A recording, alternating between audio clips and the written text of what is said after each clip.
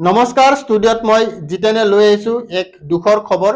বালিকটীয়া ME স্কুলৰ প্ৰাক্তন প্ৰধান শিক্ষকৰ মৃত্যুত বৃহত্তৰ ডুমডুমীয়া অঞ্চলজুৰি শোকৰ ছাঁ। বটদ্ৰৱাত ঢিং আৰু বালিকটীয়াৰ সমীপৰ ডুমডুমীয়া বালিসত্ৰ তথা বালিকটীয়া এমই স্কুলৰ প্ৰাক্তন প্ৰধান শিক্ষক শ্ৰী কৃতিশ চন্দ্ৰ বৰাৰ 85 বছৰ বয়সত যোৱাকালি ৰাতি মধুমেহ ৰোগত মৃত্যু হয়।